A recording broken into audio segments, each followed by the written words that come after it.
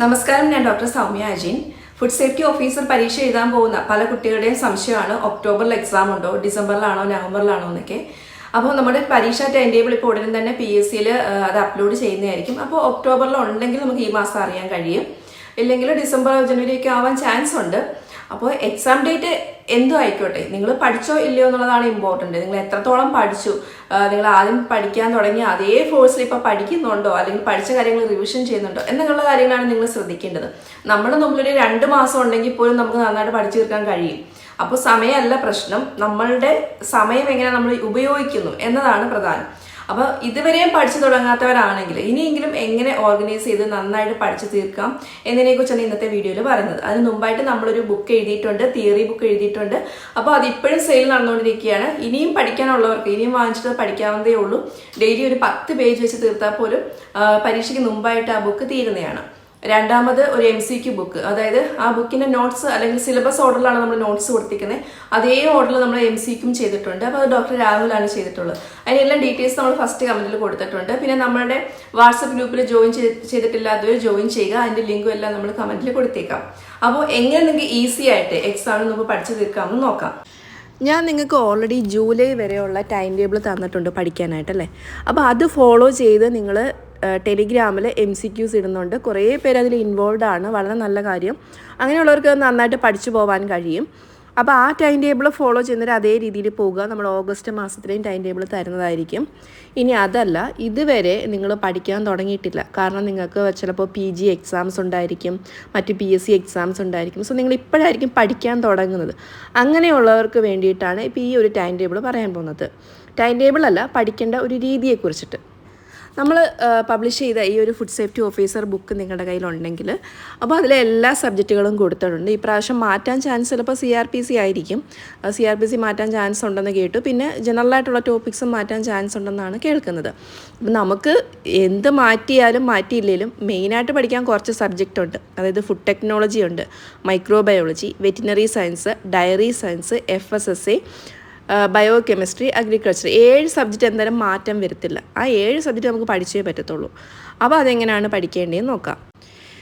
Exam ഇപ്പോൾ ഒക്ടോബറിലാണെന്നിരിക്കട്ടെ.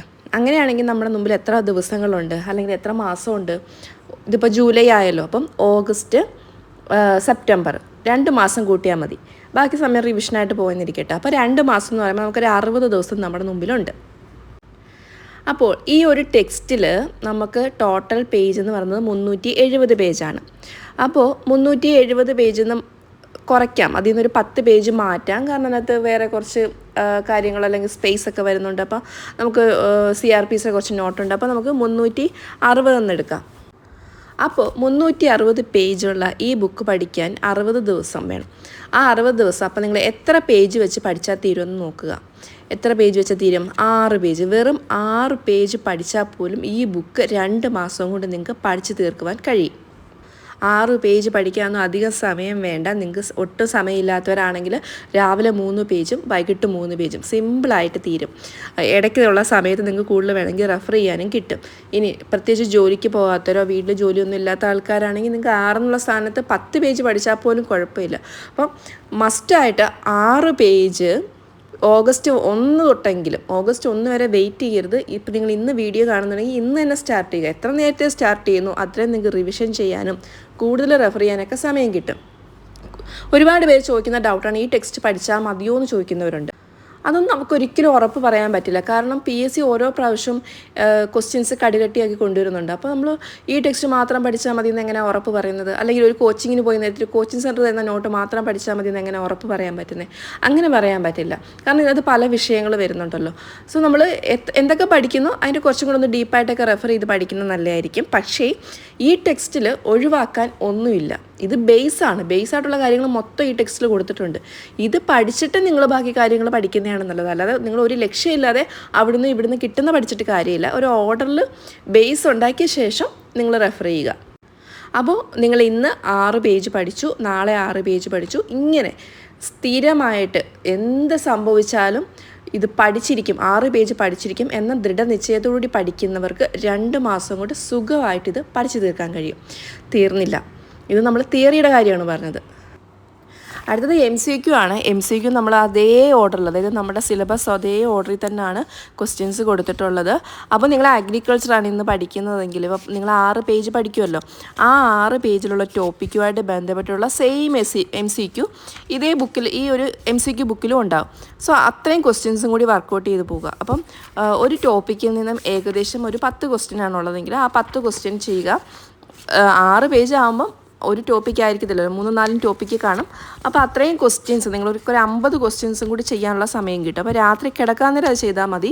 അതുവരെ നിങ്ങൾ പഠിക്കാനുള്ള ടോപ്പിക്സ് എല്ലാം പഠിച്ചു തീർക്കുക. എന്നിട്ട് കിടക്കാൻ നേരം ഈ ഒരു ടോപ്പിക്കുമായിട്ട് ബന്ധപ്പെട്ടുള്ള MCQs കൂടെ ചെയ്ത് കഴിഞ്ഞാൽ കംപ്ലീറ്റായി. നിങ്ങൾ ക്വസ്റ്റ്യൻസും ചെയ്തു, തിയറിയും പഠിച്ചു. അപ്പോൾ ഈ ഒരു രീതിയിൽ പഠിക്കുകയാണെങ്കിൽ 2 മാസം കൊണ്ട് നിങ്ങൾക്ക് ഫുഡ് സേഫ്റ്റി ഓഫീസർ തീർക്കാൻ കഴിയുന്നതാണ്.